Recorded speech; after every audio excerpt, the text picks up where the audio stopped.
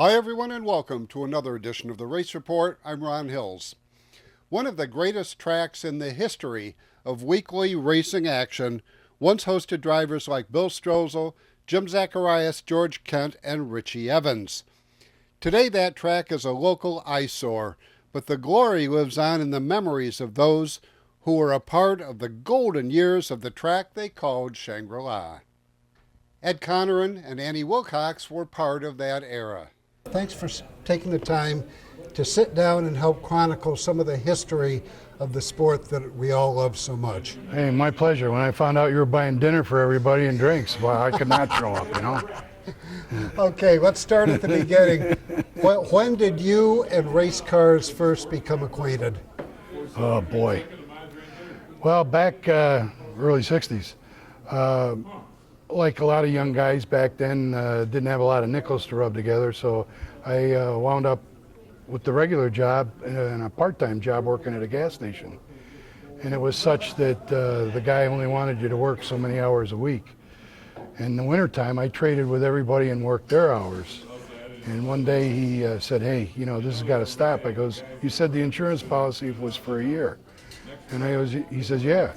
I goes, well, I don't plan on working any Saturdays during the summer. And he goes, why is that? I goes, I like to go to races. I started going to races and I really like it. The guy's name is Dick Wyckoff and Dick Davey both. They had a Texaco station up in Oakdale. And that started it because him and I started going to the races. And I always told him, I said, boy, someday I'd like to drive one of them. And he goes, well, someday I was thinking about owning one and having it. And he wound up talking to Stan Lupka, and Stan was running 5 Mile Point, and he goes, has the kid ever driven before? Dick says, no, and I've never built one before, but I figure if I bought one, I'm a mechanic, I can keep up with it. Mm-hmm. And he told him, he goes, you know what, you guys ought to try Glen Arbor.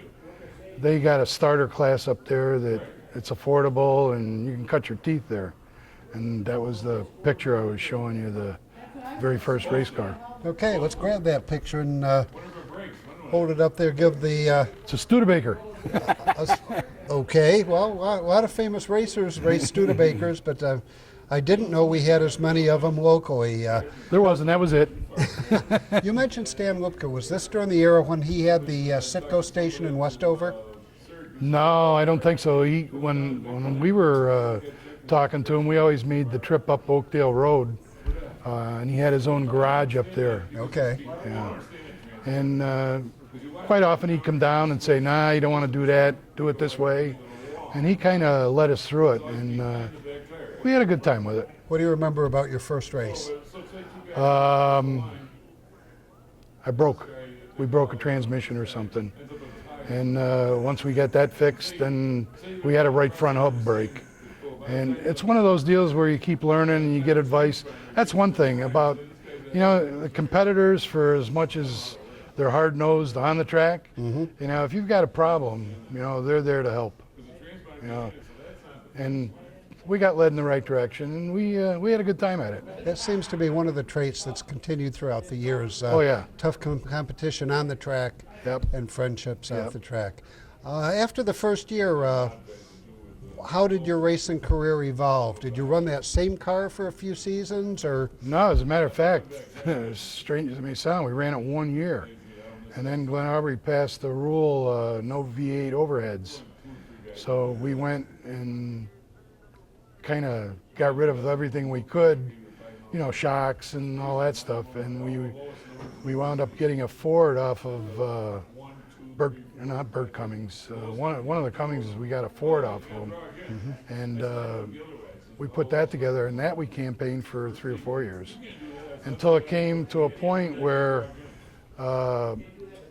we were running on dirt on Saturday night, and Fran Gitchell put together that Sunday double feature, or not double feature, but double class. Guys from 5 Mile would come, and guys from Glen Arbor would come. And the same guy, Dick, that owned the car, he goes, you got to make a decision, this is killing me. Because we'd stay up Saturday night, switch it over to asphalt, and he says, dirt or asphalt, one or the other. What were a few of the asphalt. things you had to change in the car? So we changed some springs. We did the caster and camber a lot different. As far as the actual car itself, not a heck of a lot, but it was enough to offset a rear, stuff like that.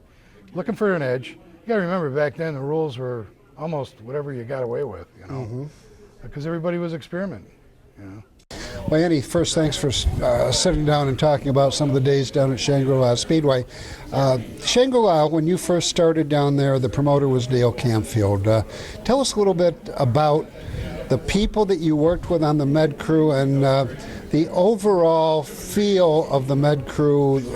Dale was very into training. He considered you the absolute most important people in the infield. Well, yes, he did. And Dale had his own ambulance service, the Shangri-La ambulance service, which we used an ambulance on site there.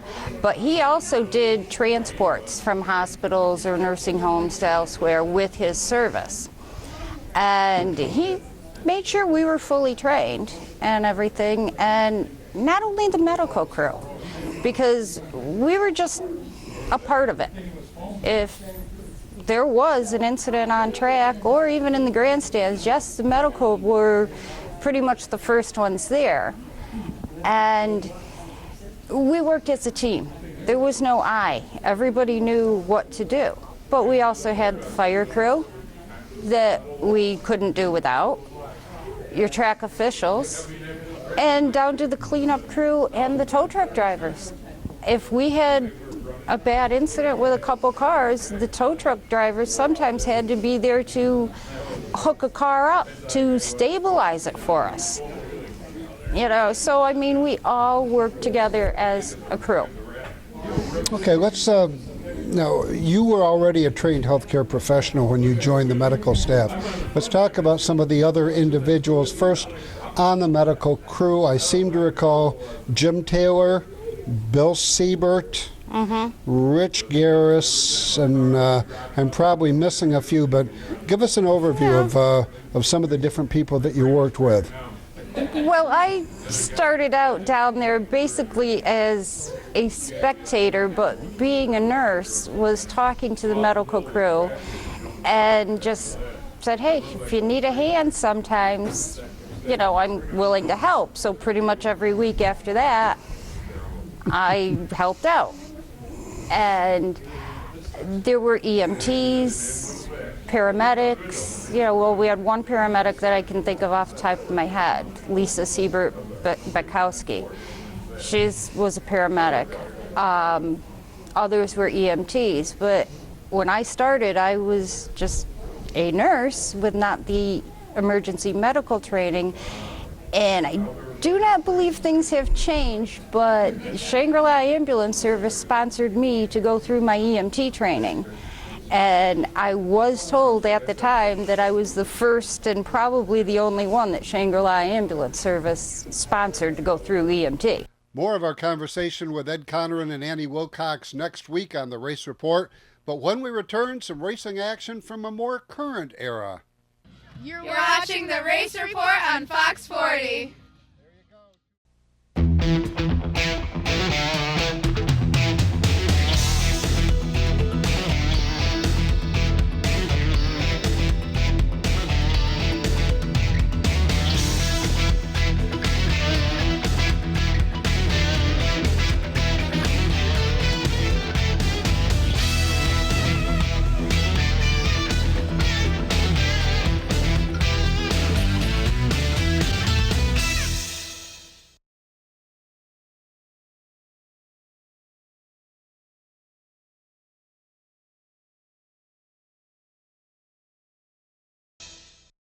Hi everyone and welcome to another edition of the Race Report. I'm Ron Hills.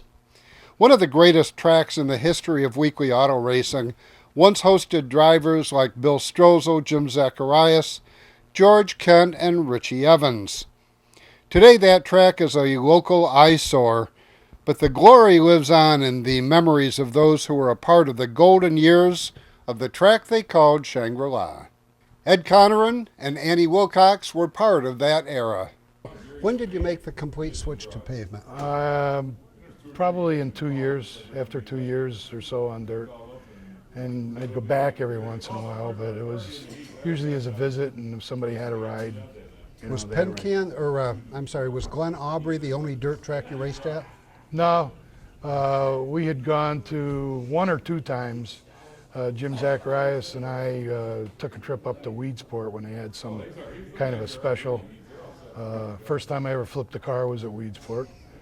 Mild flip. In fact, we put it back on its wheels and ran some more. But okay. Other than that, the last time I was on dirt was when Bobby Gentile picked up a car and said, "When's the last time you drove dirt?"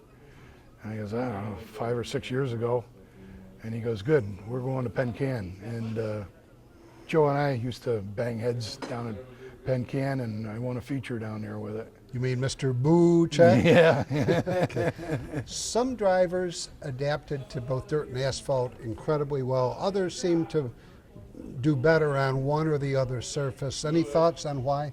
Nah, I was equally bad on both of them. You know? I liked asphalt. I really liked asphalt. I liked the speed of it. I liked the type of car it was that you could. I'm not saying I get in trouble by saying that you don't take pride. Everybody takes pride in their equipment, but to me it was just looked nicer. You could come home, you know, at the end of the night and not have to give your car a bath. Like I used to kid Dick Sungren about that. You know, you got a massive cleanup to do. You know, with asphalt. You know, and to this day I always kid guys. You got to do something with corns and carrots and peas. You know. That's boo from everybody at the table over there. Of course. You mentioned Fran Gitchell was the promoter at Shangri-la at the time you started down there. There was a transition from Fran to Mike Spack to Dale Campfield. Just talk a little bit about the changes that the track underwent during the changes in promoters. From my end of it, you know, when Fran decided to step away, Mike Spack was, to me personally and a lot of other guys, he was more the other side of the wall, you know, with the concessions and the crowd, you know, stuff like that. As far as the nuts and bolts thing, there was other guys that, you know, kind of policed that. Red Search was a flagger there for years, and those guys, the more technical guys, to me, handled the infield, so to speak. And then when Dale came on board, which was a surprise to everybody, but I mean, who knew, you know? Mm-hmm. He tried his hand at racing modifieds, and one day I was up to Lou Parks' garage, and he come in one day and says, "You're looking at the new promoter of Shangri-la Speedway." And Lou and I looked at each other and said, "Are you serious?" He goes, "Oh yeah." And I'll tell you, the guy was a good promoter. Bar none. He really was. He put fannies in the seats. Mm-hmm. And what I liked about him was he was racer friendly. You know, when NASCAR was struggling, we all were struggling with the safety issues and everything. He added a dimension like, you've been around, everybody's got to have a 390 carburetor now. Well, nobody had a 390 carburetor. Mm-hmm. But he fought that tooth and nail. He says, "Okay, I'll tell you what. I'll put it in there, but the guys that are running the 750s got to add weight." Well, that, you know, I'd much rather add the 100 pounds or whatever it was than to go buy a brand new carburetor. Sure. And you could do that over a period of time, you know, mm-hmm. where you could upgrade. He to me was always racer friendly, really was. Did you always race modifieds at Shangri-la, or did you start out in the late model or street stocks? Late models. I didn't do any street stocks down there. You know, way back when, the late models were almost like a late model modified. Mm-hmm. I mean, we ran 4 speeds, quick changes. Me personally, I used to buy used modified tires off of Benny Stevens, and there was a lot of guys that would put the bigger tires on. And then they tightened it up a little because the car counts were going down. You know, they wanted to start limiting cost, and Bobby G would know better than me what was our last year with a late model down there, but the car counts just went to hell in a handbag. Now, you mentioned the importance of the fire crew. You can't treat an injured driver until they can get him out of the car so that he can be treated. So you have to work pretty tightly with those groups. Yes, but I mean, you can treat. I mean, we had to treat and we had to stabilize before, you know, if somebody had an injury, they had to be stabilized before even the fire crew and everything would come and help. You know, so I mean, we've had training so that Guthrie 1 would land at the track. And we had mock incidents where we would have a couple modified drivers and we'd place them on the track. So, okay, this is how you crashed and these are your injuries. And we literally had taken Ed Conoran's car apart and put a collar and boarded him and took him out of the car and put him on to Guthrie 1. They depended on us too, you know, when they were hurt. And a race car accident is not the same as a motor vehicle accident. The race cars they're built to take the impact. And the driver in his compartment and in his seat and harnesses, and now the Hans unit, which when I started they did not have and was not using. Mm-hmm. But of all of that, safety aspects and everything, if a driver took a hit like they did in a regular street car, they'd be hurting bad. And most of the times we walked our drivers out of the cars. More of our conversation with Ed Conoran and Annie Wilcox next week here on the Race Report. But when we return, we learn about the future of Pencan Speedway in Susquehanna. You're watching the Race Report on Fox 40.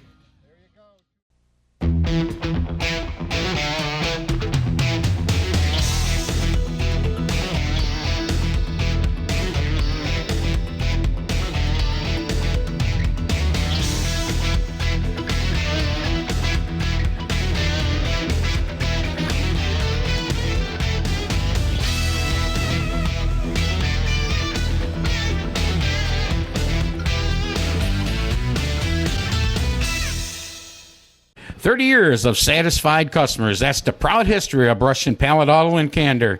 We have a large selection of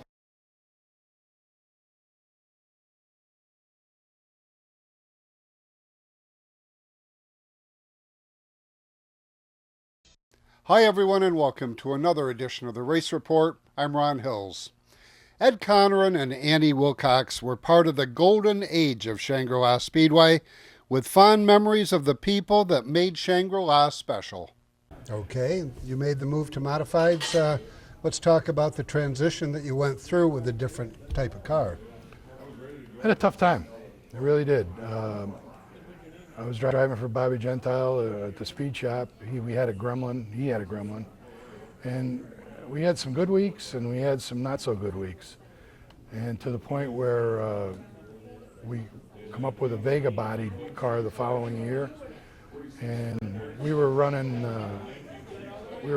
both at Chemung and at Shangri-La. Had better luck at Chemung for some reason or another.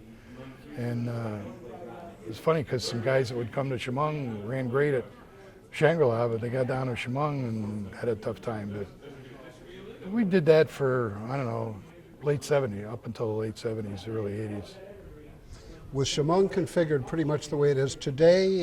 No, it was a completely different track. Okay. It was paved, you know, but 3 and 4 back then wasn't anything like 3 and 4 is now.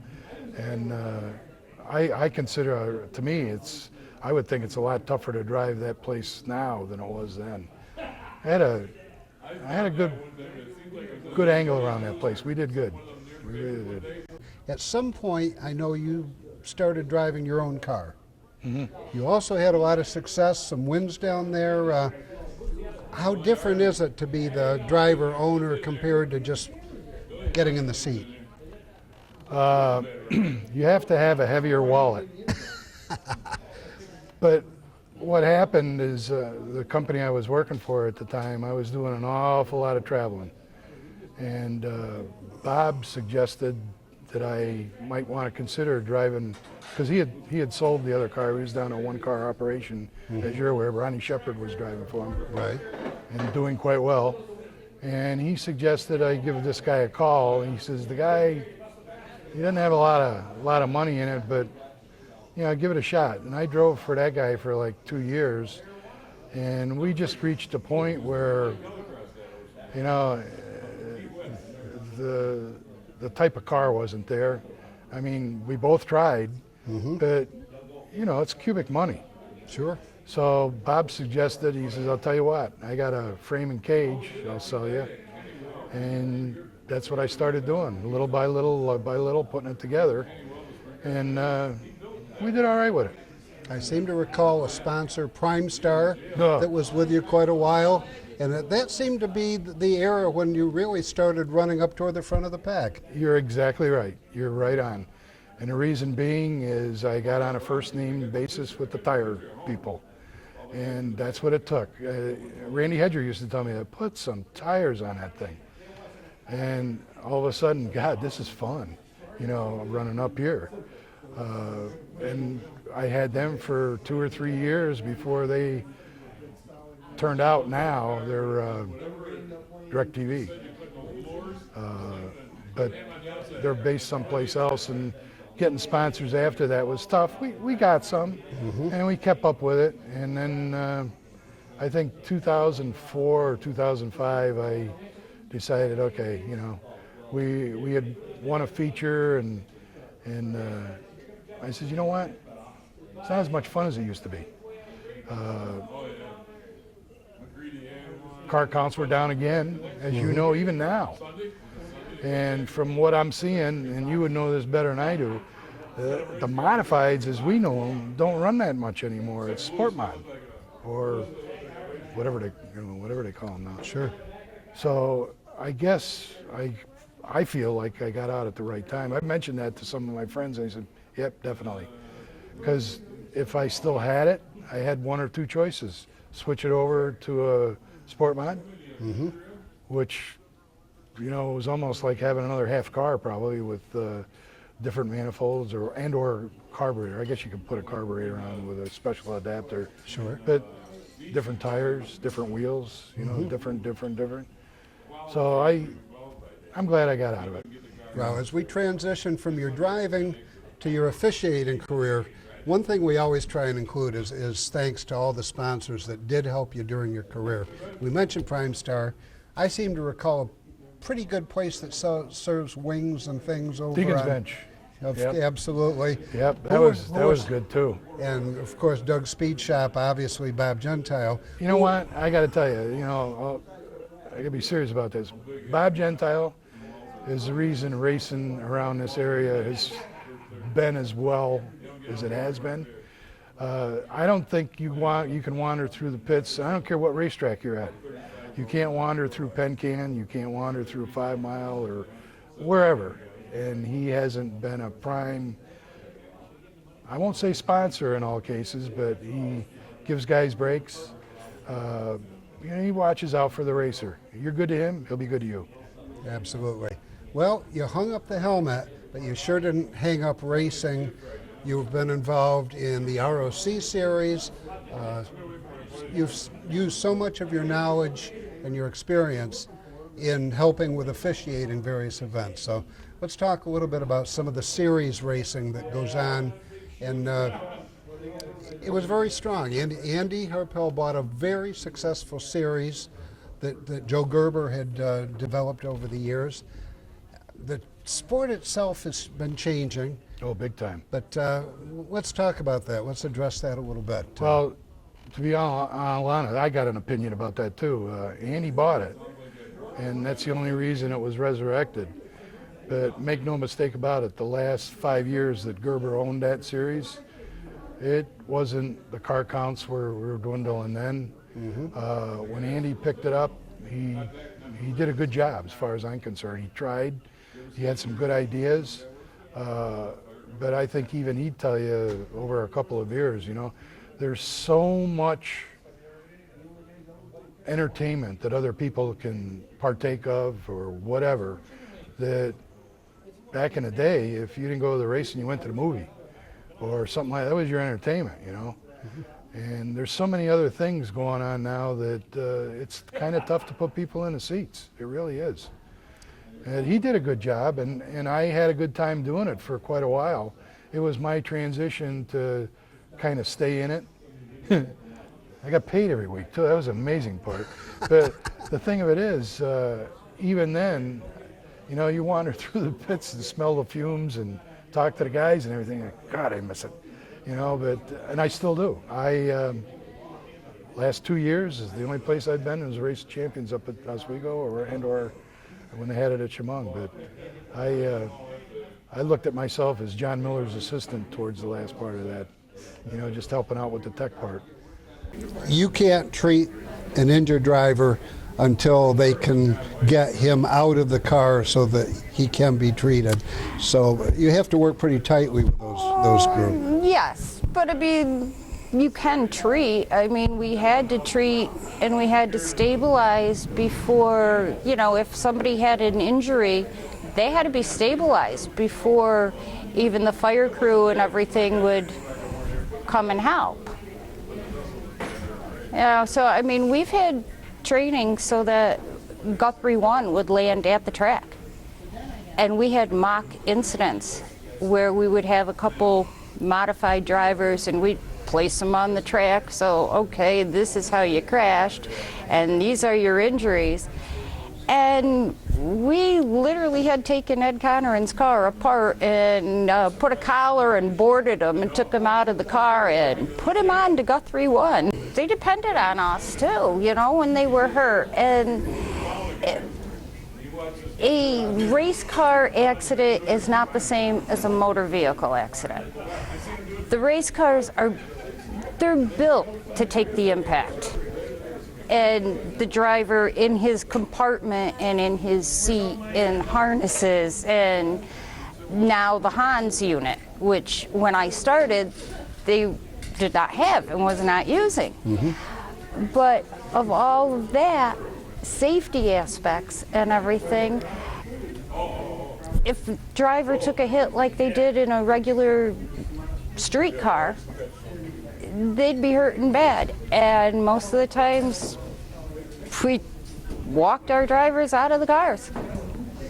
When we return, we'll hear from Penn-Can Speedway promoter Doug Borger.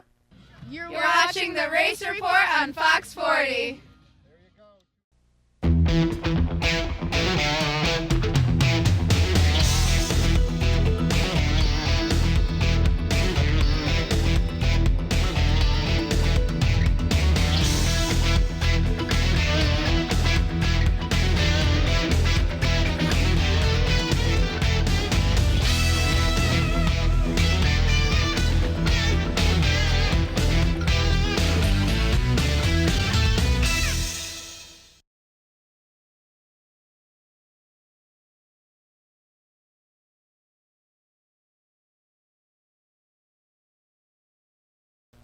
Hi everyone, welcome to another edition of the Race Report. I'm Ron Hills. One of the greatest tracks in the history of weekly auto racing once hosted drivers like Bill Strozzo, Jim Zacharias, George Kent, and Richie Evans. Today that track is a local eyesore, but the glory lives on in the memories of those who were a part of the golden years of the track they called Shangri-la. Ed Conoran and Annie Wilcox were part of the great years of Shangri-la Speedway, with fond memories of the people that made Shangri-La special. And one thing I should have asked it in sequence, but we'll get to it now. You made a trip to Mexico, I think. Yeah. Let's grab the picture and talk a little bit about that, because that's quite a bit different than your average Saturday night racing. Tell us the story. It's Lou Parks' fault. Okay. He was a crew chief on this particular Indy car, and every time I'd ask him, how'd you do? Not so well. And what happened? He goes, well, we were chasing a vibration and didn't really get the practice time in we needed and get it, you know, dialed in. He goes, it seems like every week something's going on. And he goes, stop up to the garage. He says, I got the car up there. And I goes, you brought it home? He goes, yeah. I said, for what reason? He goes, well, the next race is going to be at Watkins Glen. And I said, okay. So we stopped up, and he said, how would you like to try this thing out at Shangri-la Speedway during intermission? And it was something like, about wild bears and the Pope Catholic, all that stuff. I goes, yeah. So sure enough, they took it. He works out a deal with Dale Canfield, and they took the car to the Speedway and had it on display, and then at intermission, they rolled it out onto the Speedway. And I barely was able to get my helmet on. And I got in it, and don't you know, it wouldn't go. It broke a brand new bearing in the transmission hookup that they had. And they had it started, it was ready to go. And he went, so we hit the switch, and he goes, see what I mean? It's always something. So he called me later on that night, and he goes, we found what it was. It was a part that we got spares of, we put another one in. You want to try it again tomorrow? And I said, sure. So we went to the Speedway. And that was in my bearded days. That's some of the other pictures. That's him sitting on the cowl. Okay, yeah. And we ran it around down there and found some leaks, found this, found that. And after it was all done, they went to Watkins Glen, and Hurley Haywood was driving the car. He drove it on the road courses. That's Pedro Rodriguez Autodrome in Mexico City, that was also a road course. And he wound up telling the owners of the car what we had done, thinking that they were probably going to come unglued, but I met him at Watkins Glen. And they says, thank you. I said, no, thank you. I had a great time. They said, our next race after this one, we're going to Pedro Rodriguez Autodrome. Would you be interested in going? And I goes, yeah, on us. Well, we'll pay for the hotel, you just show up. And great time. We had a really good time. Really did. Yeah, it sure sounds I was the gas man. Louis said, I don't want to burn down a young kid, so. All right. Anything else we haven't talked about that we have photos of? No, it's pretty much, except the photo of, and it won't come out, I'm sure, unless I maybe take it out. The first modified from 1965. Okay. I thought I would get it out. It's, I got to tell you, Ron, if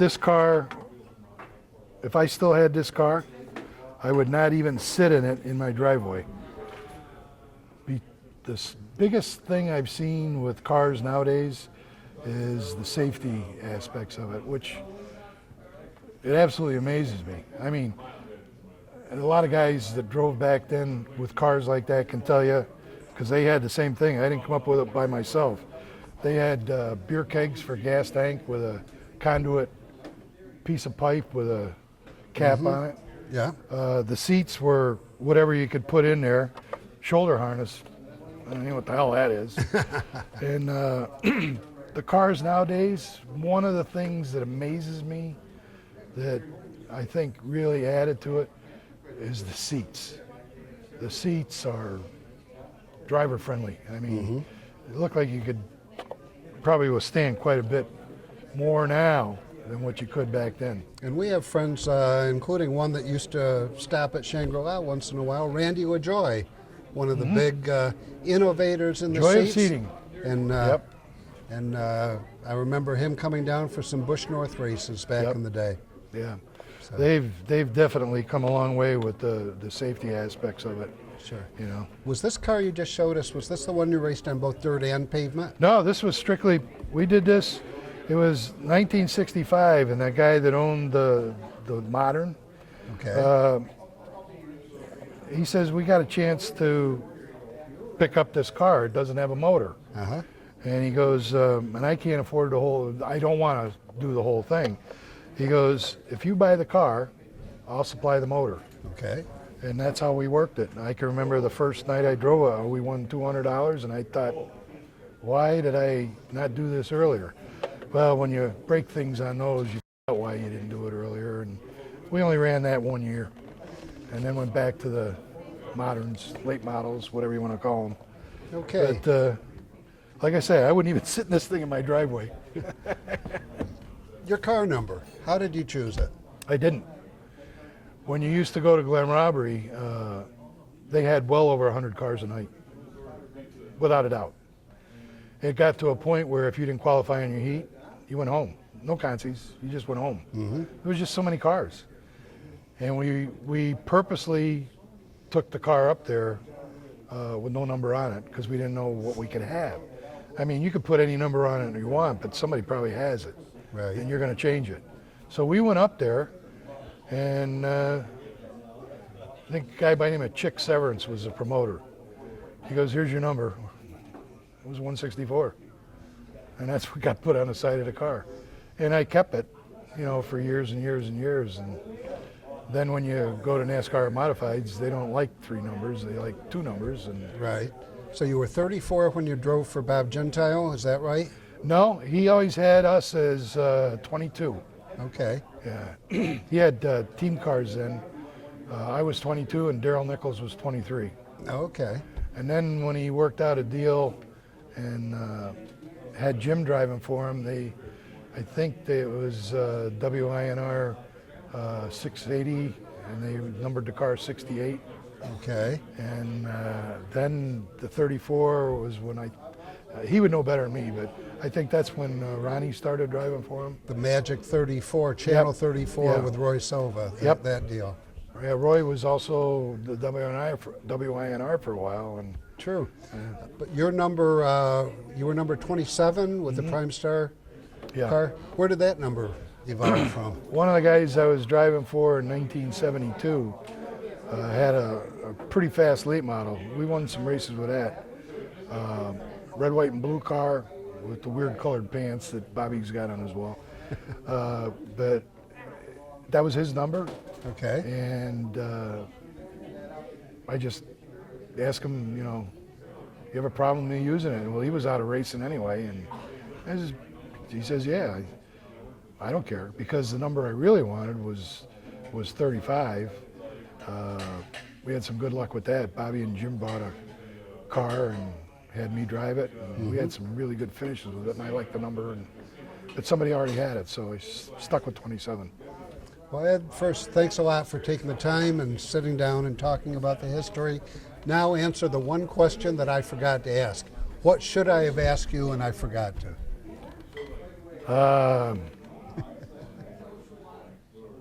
Would I do it all over again? Okay. Yeah. And don't get me wrong, there's some nights that you wonder, why am I doing this? And then what other thing do you spend 20 to 30 hours a week during the week tinkering and doing and go out and race for 15, 20 minutes? But the people, the exposure you have. I had fun when I went to New Smyrna for the World Series down there. I mean, there's a lot of things that you get exposed to in life. I'd have never made it to Mexico City to a kart race, met those people, and so yeah, there's some tough times, but when you look at it all, there's some good times too. All right. And I think it's telling us we're out of time. Okay. All right.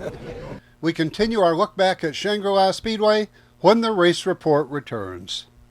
You're watching the Race Report on Fox 40.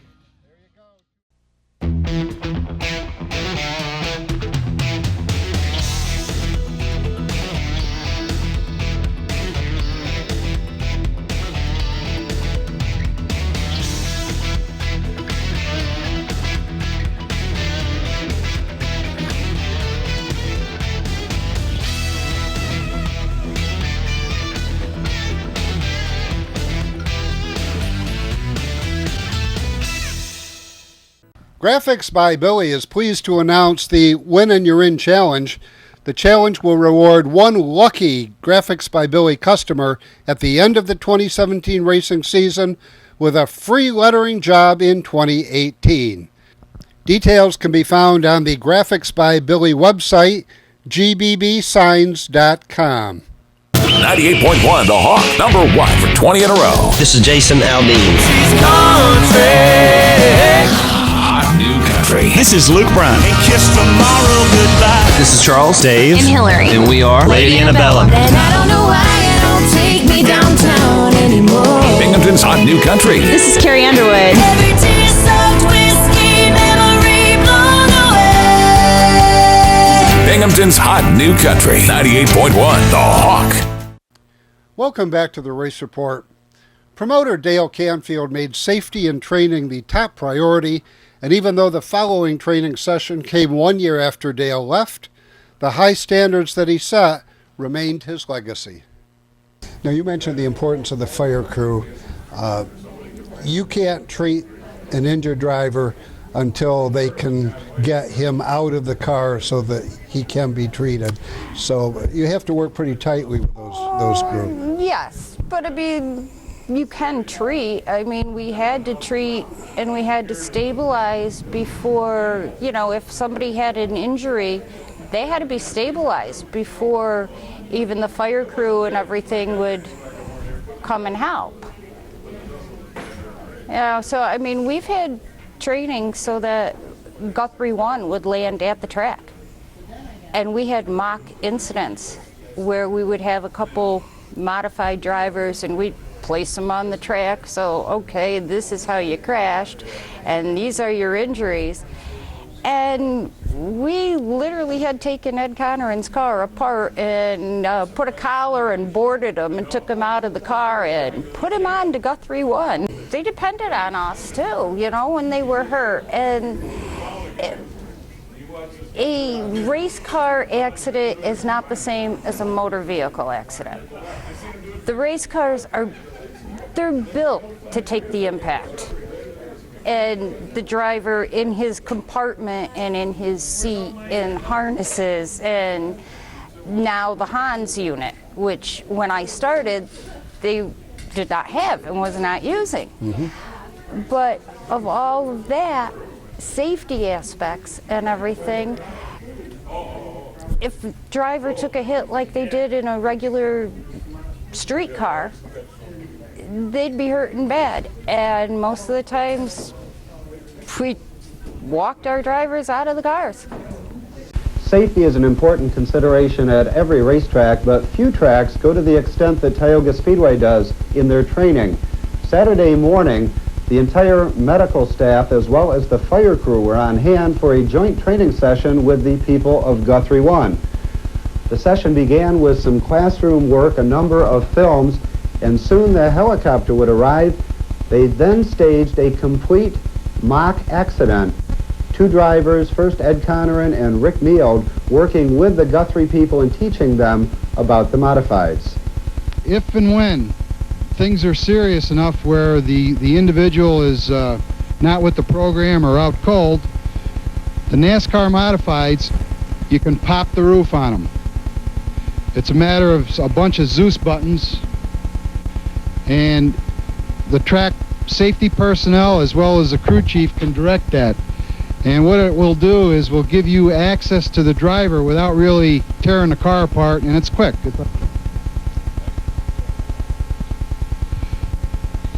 Now with that, you have your access. Most all cars for the track safety people have what they call onboard fire extinguishers. It's not the handheld variety. It's a mounted thing with tubes running by the driver's feet and around the driver, so that if there is a fire inside the car, they can pull that, and it's halon. Anybody got any questions on halon? Ronnie Hills can probably supply more information than anybody on it because he handles it. It's a very good system. It's not powder. It's a gas, correct?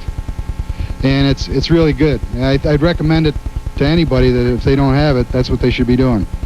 The back, if anybody was down here about 3-4 weeks ago, you'll see that the back where it is now used to be up here for a while, and that we owe everything to this fuel cell. It's a rubber bladder inside of a tin. That's some of the aspects of the safety portions of it.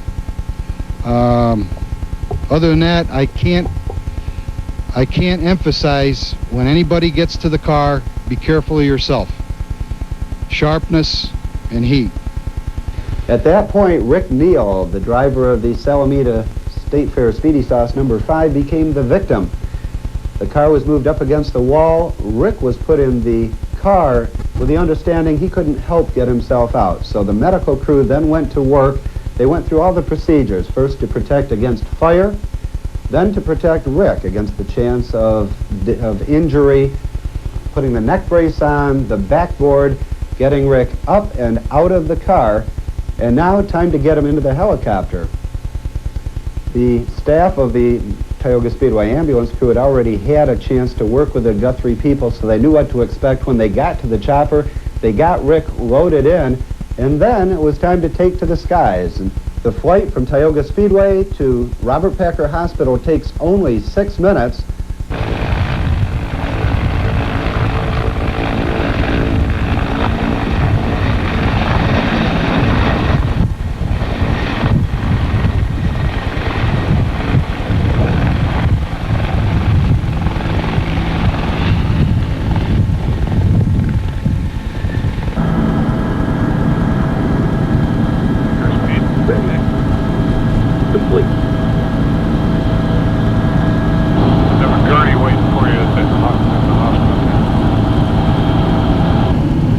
On the pad here in about a minute and a half, gents.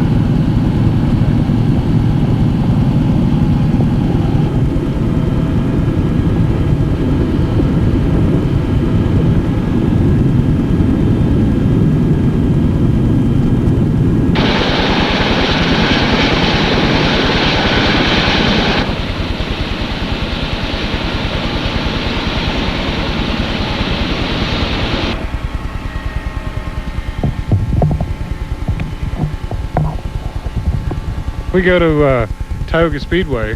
We're arriving at a scene where someone has had medical care from the onset of the injury, and that makes a tremendous amount of difference in their recovery and stuff. And you know, when you've been around this business for 20 years, you end up tracking people as they go through it. You may not talk to them every day, but you know what's going on with them.